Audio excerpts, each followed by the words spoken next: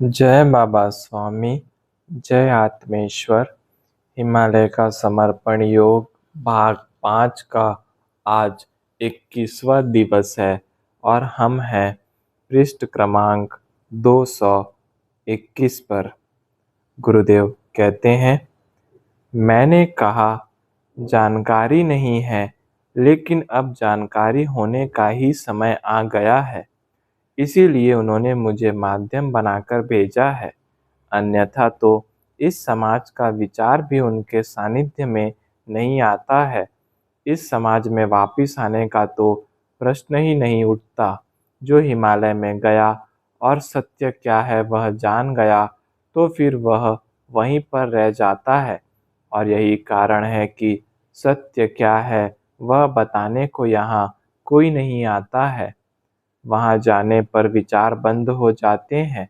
सब कुछ सूक्ष्म रूप से होता रहता है। शरीर के कार्य भी बड़ी धीमी गति से ही होते हैं। ऐसा लगता है कि मस्तिष्क का भी शरीर पर पूर्ण नियंत्रण नहीं होता है।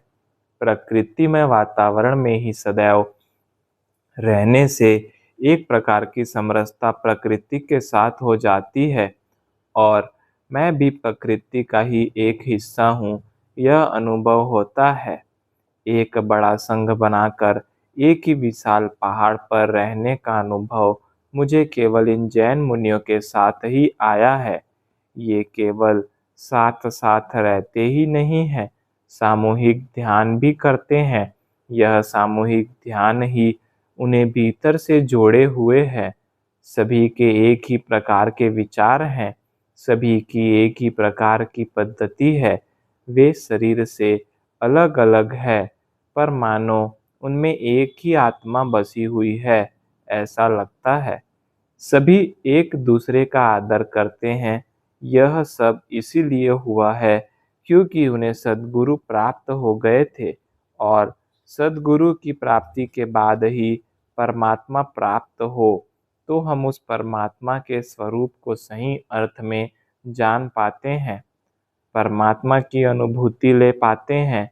परमात्मा और हम अलग नहीं हैं, यह जान पाते हैं और परमात्मा का स्वरूप प्राप्त हो जाने के बाद परमात्मा का रूप और आकार छूट जाता है। जिस प्रकार से माँ की गोद में बैठकर बच्चा माँ का फोटो नहीं देखता है, ठीक वैसे ही है।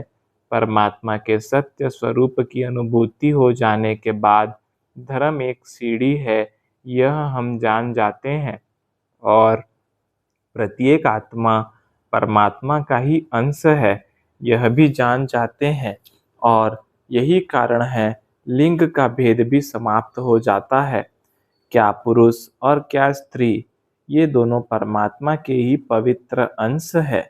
यह भाव स्वयं ही भीतर आ जाता है और लिंग के भेदभाव का ज्ञान दूर हो जाता है।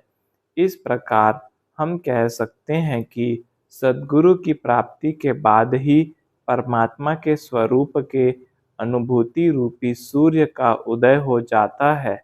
यह ठीक उसी प्रकार है जैसे सूर्योदय होने के बाद सारा अंधेरा दूर हो जाता है और सूर्य के प्रकाश में सब कुछ स्पष्ट स्पष्ट दिखना प्रारंभ हो जाता है।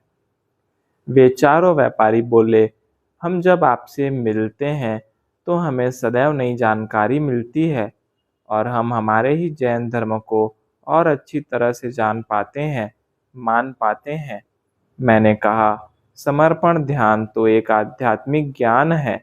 यह ज्ञान प्राप्त करके आप अपने धर्म को जानो, अपने तीर्थ क्षेत्रों को जानो, अपने मुनियों को जानो, अपनी इष्ट देव की मूर्तियों को जानो, क्योंकि केवल मूर्तियों के रूप को देखना और जानना काफी नहीं है। मूर्तियों के स्वरूप को जानने की आवश्यकता है। और यह ठीक वैसा ही है कि आप अगर अनपढ़ है तो आप आपके धर्म के धर्म ग्रंथ की पूजा कर सकते हो, लेकिन आप उसे पढ़ नहीं सकते हो, क्योंकि पढ़ने के लिए पढ़ने की शिक्षा लेना आवश्यक है। वैसे ही मूर्ति के सत्य स्वरूप को जानने के लिए, मूर्ति की अनुभूति लेने के लिए समर्पण ध्यान सीखना आवश्यक है। इससे आप अपने आप को प्रथम जानते हैं कि आप स्वयं कौन हैं, आपका स्वरूप क्या है, और बाद में आप अपने धर्म को जानते हैं। आपके इष्ट देव की मूर्तियों का स्वरूप क्या है, अपने धर्म ग्रंथ में क्या लिखा गया है, लिखने का स्वरूप क्या है। धर्म ग्रंथ तो माध्यम है, उसके माध्यम से क्या अनुभूति होती है। आपके धर्म स्थानों में क्या पवित्र अनुभूति छुपी हुई है, इन सब का अनुभव आप ग्रहण कर सकते हैं। और यह अनुभूति प्रत्येक जीवंत मनुष्य को होती ही है। आपकी जाति कोई भी हो, आपकी भाषा कोई भी हो, आपका धर्म कोई भी हो, आपका रंग कोई भी हो, आपका देश कोई भी हो, क्योंकि परमात्मा का सत्य स्वरूप एक ही है और हम जिसे परमात्मा मानते हैं वह हमने ही चित्त से माना हुआ रूप है। वह केवल रूप है, वह स्वरूप नहीं है। इस प्रकार से बड़ी विस्तृत रूप से चर्चा हो जाने के बाद वे व्यापारी वापस जाने को निकले, तो एक आत्मीय समाधान उनके चेहरों पर झलक रहा था और मुझे समाधान मिला कि मुझे गुरु कार्य करने का अवसर उन्हीं की जिज्ञासा के कारण प्राप्त हुआ था। मेरे घर के आसपास पहाड़ों पर कई आदिवासी बस्तियां थी, जिनके आपस में भी कोई संबंध नहीं थे। इन बस्तियों में कोई अस्पताल या डॉक्टर नहीं होता था। वहाँ झाड़ फूक और निसर्ग से समरसता स्थापित कर प्राकृतिक चिकित्सा पद्धति से ही इलाज होता था और उनका उसी चिकित्सा पद्धति पर विश्वास था, क्योंकि वह पद्धति को उनके पूर्वजों ने अपनाया हुआ था, इसलिए वे भी उसे ही अपनाते थे।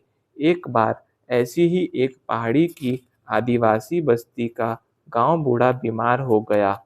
गांव बूढ़ा वह व्यक्ति होता है जो गांव का प्रमुख होता है, मानो वह उस गांव का राजा ही था। कई लोगों ने कई उपाय बताए, सब किए, लेकिन वह कुछ ठीक नहीं हो पा रहा था। थोड़ा स्वास्थ्य सुधर होता और बाद में फिर बीमार हो जाता था। बीमारी क्या थी वह भी पता नहीं चल रही थी। वह एकदम ही कमजोर हो गया था। उसे कहीं से मेरे बारे में जानकारी मिली और उसने दो आदिवासी युवकों को मेरे घर पे भेजा और एक परिचित दौंडई का नाम बताया। वह दौंडई झाड़ फूक करने वाला गांव का मांत्रिक भी काफी अनुभवी था, लेकिन उससे भी नहीं ठीक हुआ, तो उसने मुझे बुलाया। मैं उन दो आदिवासी युवकों के साथ पहाड़ी पर पहुंचा। तब तक शाम हो गई थी, इसलिए मैंने रात को मिलना ठीक नहीं समझा, लेकिन मैं गांव में आ गया हूँ, यह सूचना मैंने उन्हें दे दी थी। सुबह सुबह उठकर मैंने ध्यान किया और सामने वाले घर की स्थिति जानने की कोशिश की, तो जाना उस जगह का मूलाधार चक्र ही खराब हो गया है। उस घर में प्रवेश करने के पूर्व मैं उस घर की स्थिति जानना चाहता था। वह स्थिति एकदम खराब थी। मूलाधार चक्र जिस प्रकार से मनुष्य के शरीर का होता है, ठीक इसी प्रकार से स्थान का भी होता है। यह चक्र अपवित्रता से खराब होता है। एक ही वातावरण में दो मनुष्य रहते हों और एक का मूलाधार चक्र अच्छा हो और एक का खराब हो, तो उस स्थान की खराब स्थिति का प्रभाव उस व्यक्ति पर प्रथम पड़ेगा जिसका मूलाधार चक्र खराब है। हम सभी जानते हैं कि जमीन में गुरुत्वाकर्षण की शक्ति होती है और वह गुरुत्वाकर्षण शक्ति के कारण वह प्रत्येक मनुष्य के दोषों को शोषित कर उसे शुद्ध और पवित्र बनाती है। और यह प्रक्रिया दिन भर चलते ही रहती है और इसी प्रक्रिया की सहायता चारों दिशाएं भी करती है। अगर चारों दिशाओं से भी सकारात्मक ऊर्जा आना समाप्त हो जाए और भूमि भी हमारे दोषों को ग्रहण करना बंद कर दे, तो वह स्थान ही पूर्णतः खराब हो जाता है। प्रकृति के अपने कुछ नियम हैं। उन नियमों के विरुद्ध अगर किसी स्थान पर कोई कार्य सतत होता है, तो वह स्थान ही खराब हो जाता है। ऐसा ही कुछ उस स्थान पर हुआ था। सुबह उनसे मैं मिला, देखा तो वे काफी कमजोर लग रहे थे। उन्हें उठाकर बिठाने को भी दो व्यक्तियों की आवश्यकता हुई। उन्होंने उठकर मुझे नमस्कार किया और इतनी दूर आने पर धन्यवाद दिया। मैंने थोड़ी पूछताछ की उनके भाई से, उनकी ज़मीनें कहाँ-कहाँ हैं, उनके घर कहाँ-कहाँ हैं, वे कितनी दूर है, गाँव में आस-पास कहाँ-कहाँ ज़मीनें हैं, यह पूछताछ की। बीमार व्यक्ति को देखने जाना और बीमारी को छोड़कर उसकी संपत्ति के ही बारे में पूछताछ करना कुछ लोगों को विचित्र लगा भी। शाम को मैंने गांव की मीटिंग ली और उन्हें समझाया, कोई भी घटना घटित होती है तो वह 3 कारणों से घटित होती है: अपराध, अपराधी और स्थान। हमारा नियंत्रण केवल अपने आप पर ही होता है। कहीं भी बलात्कार होता है तो उसके लिए अगर 3 नकारात्मक बातें एकत्र आ जाए तो बलात्कार का अपराध होता है। एक है वह लड़की जिसके साथ बलात्कार हुआ है, दूसरा वह अपराधी जिसने बलात्कार किया है, तीसरा वह स्थान जहाँ बलात्कार हुआ है। इन तीनों बातों की नकारात्मक ऊर्जा एकत्र होने पर ही बलात्कार होता है। इसमें बलात्कार के स्थान को हम कभी ठीक नहीं कर सकते हैं। उसे ठीक करने जाएँगे तो हम ही उसकी खराब ऊर्जा से प्रभावित हो जाएँगे। इसीलिए कभी भी स्थान को ठीक करने का प्रयास मत करो, क्योंकि उसे ठीक होने में काफ़ी साल लगते हैं। शायद हमारा सारा जीवन भी कम पड़ जाए और सारा जीवन लगाकर भी वह स्थान ठीक हो, यह आवश्यक नहीं है। इसीलिए स्थान को तो ठीक किया ही नहीं जा सकता है। अब दूसरा, अगर आप लड़की हैं, तो आप अपने आप को इतनी पवित्र और शुद्ध रखो कि बलात्कारी मनुष्य आपके पास आकर भी बलात्कार न कर सके, और इसके लिए आपको ध्यान करके अपने आस-पास सकारात्मक शक्तियों का एक आभा मंडल निर्मित करना होगा कि जो आपको बलात्कारी की नकारात्मक ऊर्जा से सुरक्षित रख सके, ताकि वह बलात्कार की शिकार न हो जाए। अब तीसरा सिरा है अपराधी। वास्तव में कोई भी मनुष्य जन्म से अपराधी नहीं होता है। वह जैसी स्थिति में रहता है, जैसी संगत में रहता है, वैसे ही वह विचार करता है, और जैसे विचार करता है, वैसे ही कर्म उसके हाथ से घटित होते हैं। आपके मन में काम विचार आते हैं, और अगर आपका चित्त वासनामय है, तो आप बलात्कारी मृत आत्माओं के आसान शिकार बन सकते हैं। वे आपके माध्यम से किसी लड़की पर बलात्कार कर अपनी काम वासना की पूर्ति कर सकती है, क्योंकि आप स्वयं भी वैसे ही गंदे विचार रखते हैं। आपको अगर ऐसा ही गंदा स्थान मिल जाए और उसी स्थान पर कोई नकारात्मक ऊर्जा वाली लड़की मिल जाए, तो आपके माध्यम से बलात्कारी मृत आत्माएँ अपनी तुष्टि कर लेती हैं और आप अपराधी कहलाते हैं और आपको सज़ा होती है। इसलिए सदैव ध्यान करें और अपने शरीर के साथ अपने विचारों को शुद्ध रखें, ताकि आप बलात्कारी आत्माओं के माध्यम बनने से बचे रहें। क्योंकि मृत आत्माएँ सदैव बुरे विचारों के माध्यम से ही हमला करती हैं, क्योंकि जो बुरा विचार करता है, वही बुरा कर्म भी कर सकता है। जो बुरा सोच भी नहीं सकता, वह क्या बुरा कर्म करेगा? बुरा सोचने वालों के पास ही बुरी ऊर्जा होती है और वे ही बुरा कर्म कर सकते हैं। इसलिए हमें बुरे विचारों से बचना चाहिए। ये सब बातें मैं इसीलिए कह रहा हूँ कि यहाँ पर भी ऐसी ही कुछ स्थिति है। यहाँ के स्थान का मूलाधार चक्र ही खराब है। इस स्थान पर रहकर ये कभी भी ठीक नहीं हो सकते हैं, क्योंकि ठीक होने के लिए जो अच्छी ऊर्जा शक्ति चाहिए, वह यहाँ पर नहीं है।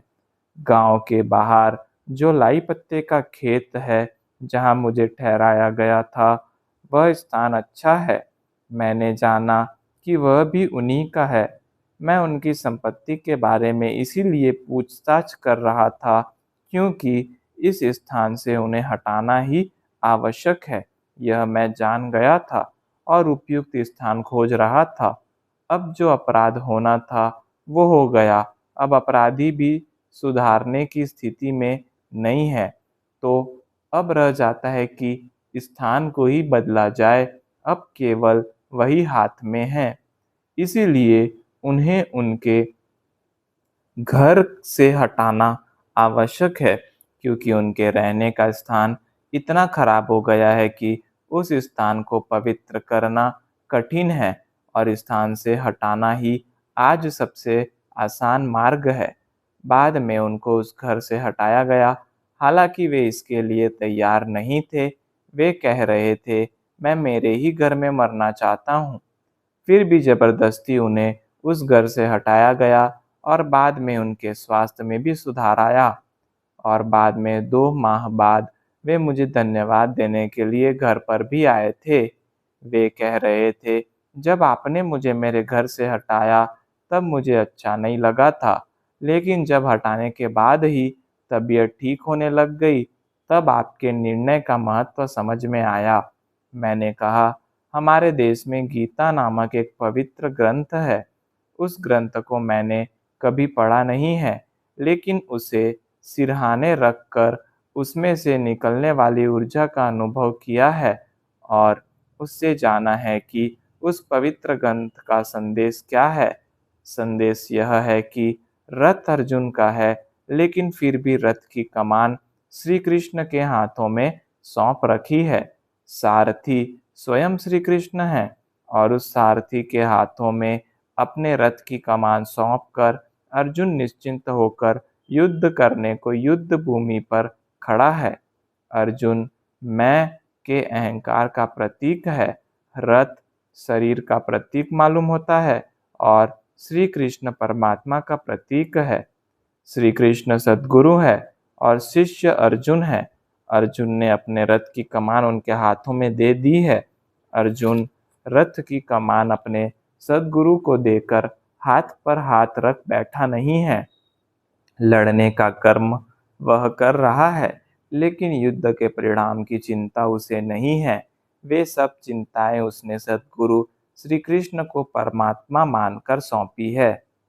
किसी को परमात्मा मानना आत्मा की सर्वोच्च दशा है।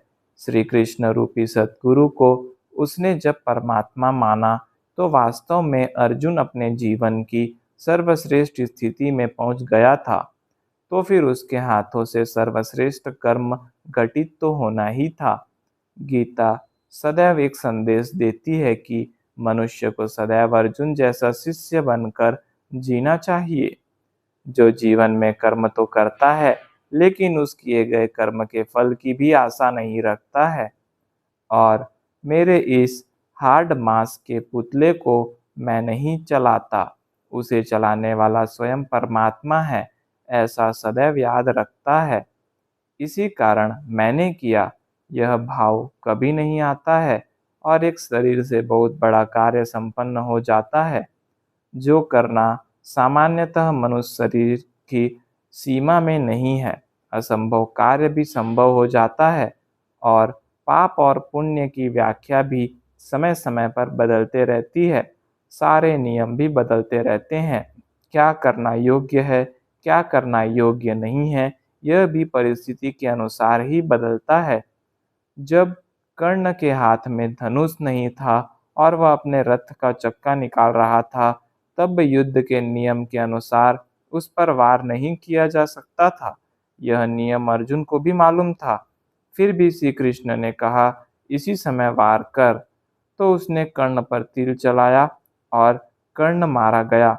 यह घटना यह याद दिलाती है कि धनुष से बाण भले ही अर्जुन के हाथ में थे, वे चलाते तो श्री कृष्ण की आज्ञा से थे।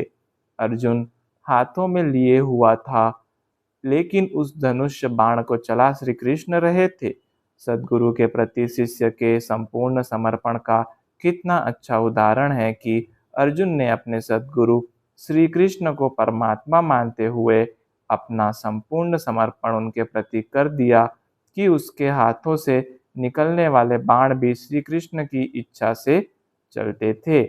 यानी अर्जुन केवल एक निखालस माध्यम मात्र था। जय बाबा स्वामी, जय आत्मेश्वर।